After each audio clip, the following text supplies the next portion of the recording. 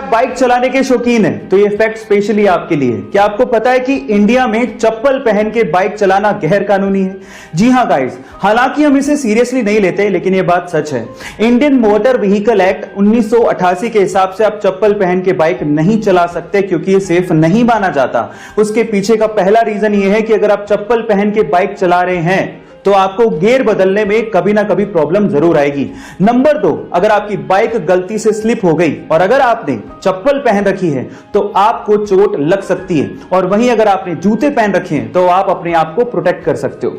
Number 3, जूते पहन के किक मारना भी बेहद आसान होता है, वहीं अगर आपने चप्पल पहन रखी है तो किक मारने में कहीं ना कहीं प्रॉब्लम्स आती हैं। है ना इंटरेस्टिंग फैक्ट? आपको ये फैक्ट जान के कैसा लगा चैट सेक्शन में लिखना मत भूलिएगा। एक बर्ड है जिसका नाम है अमेरिकन वुडकॉक, और ये बर्ड बेसिकली अपने डांसिंग मूव्स के लिए बहुत ज्यादा फेमस है, जैसा कि आप इस वीडियो में देख ही पा रहे हैं। बट ये आपके लिए और हमारे लिए डांसिंग है, बट एक्चुअली इस बर्ड के लिए बेसिकली ये पेट भरने का तरीका है। कैसे, मैं आपको बताता हूं। एक्चुअली जब ये बर्ड रेत पर आगे बढ़ता है तो अपने पैरों पर पूरा अपनी बॉडी का वेट डाल देता है, जिसकी प्रेशर की वजह से रेत पर जो सरफेस पे कीड़े होते हैं वो बाहर आ जाते हैं। फिर क्या, उसके बाद वो कीड़ों को खाते हैं और अपना पेट भरते हैं। है ना ये अमेजिंग ट्रिक? क्या इसके पहले तक ये फैक्ट आपको पता था? और अगर नहीं पता था तो चैट सेक्शन में लिखना मत भूलिएगा।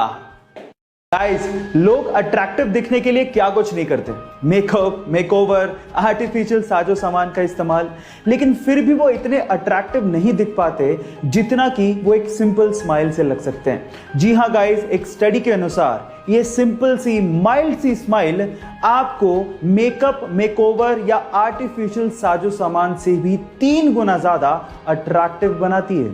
इसका मतलब ये हुआ कि ये सिंपल सी स्माइल आपको वो काम करके दे सकती है जो कि आपका मेकअप, मेकओवर या आर्टिफिशियल साजो सामान नहीं करके दे सकता। इसलिए आप कभी भी किसी से मिले, एक हल्का सा स्माइल दे दें, ये चीज आपको बहुत ज्यादा अट्रैक्टिव बना सकती है।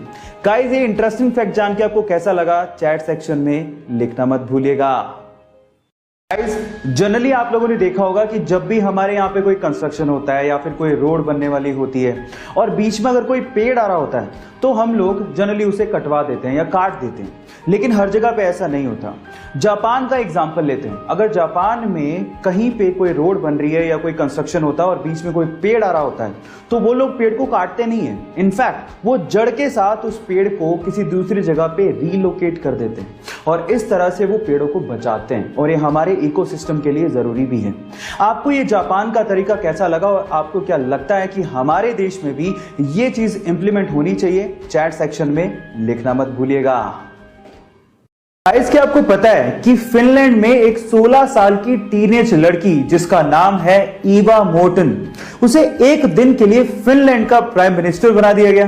है ना अमेजिंग बात? अब ऐसा क्यों किया गया, उसके पीछे का रीजन आप लोगों को सुनना चाहिए। इतनी छोटी सी उम्र में वो लड़की ह्यूमन राइट्स, जी हां, ह्यूमन राइट्स और क्लाइमेट चेंज को लेके बहुत बड़े बड़े अभियान चला चुकी है, और इसी चीज को एप्रिशिएट करने के लिए और यूथ की इस पावर को एप्रिशिएट करने के लिए वहां की गवर्नमेंट ने इस 16 साल की टीनेज लड़की को एक दिन के लिए फिनलैंड का प्राइम मिनिस्टर बना दिया। गाइस, आपको फिनलैंड की गवर्नमेंट का इस तरह से यूथ को एप्रिशिएट करने का तरीका कैसा लगा? चैट सेक्शन में लिखना मत भूलिएगा। छुट्टियां किसे अच्छी नहीं लगती, और छुट्टियां होनी भी चाहिए जिससे हमारी वर्क एफिशिएंसी इंक्रीज होती है। और इसी चीज को लेके जापान की गवर्नमेंट ने एक लॉ निकाला है जिसका नाम है हॉलीडे बाय लॉ। अब इस लॉ में क्या होता है मैं आपको बताता हूं। इस लॉ में कुछ ऐसा है कि 2 हॉलीडेज के बीच में अगर एक वर्किंग डे आ रहा है तो वो working day by default holiday बन जाएगा। मतलब ये है कि 2 छुट्टियों के बीच में अगर कोई वर्किंग डे आ रहा है तो वो वर्किंग डे भी छुट्टी में कन्वर्ट हो जाएगा। है ना इंटरेस्टिंग लॉ? क्या आपको भी लगता है कि हमारी कंट्री में भी ऐसा लॉ होना चाहिए? चैट सेक्शन में लिखना मत भूलिएगा।